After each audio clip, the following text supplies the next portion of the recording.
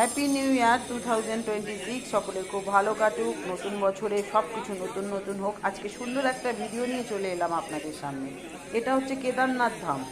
আপনারা অনেকে গেছেন, কিন্তু বেশিরভাগ মানুষই কিন্তু কেদারনাথ যেতে পারেননি, কারণ কেদারনাথ খুব কঠিন একটা যাত্রা। সবাই যেতে পারে না, ভোলেনাথ না চাইলেই। দেখুন মন্দির, এই মন্দিরটা এতটাই জাগ্রত, আর এর পেছনে এত রহস্য, এত কাহিনী আছে। আমি একটা বড় ভিডিও আমার এই চ্যানেলে কালকে আমি আপলোড করেছি, আপনারা দেখে নেবেন, লিংক দেওয়া থাকবে এই ভিডিওর সাথে।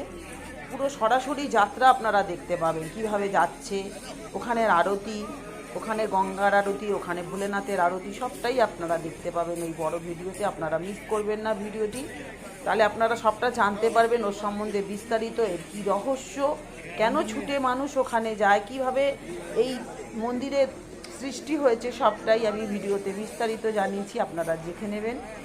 আর বাবা বিশ্বনাথ, জয় কেদারনাথ, সকলকে ভালো রাখুক, এই বলে আজকে ভিডিও আমি রাখি। আপনারা লিঙ্কে ঢুকে বিস্তারিত দেখুন।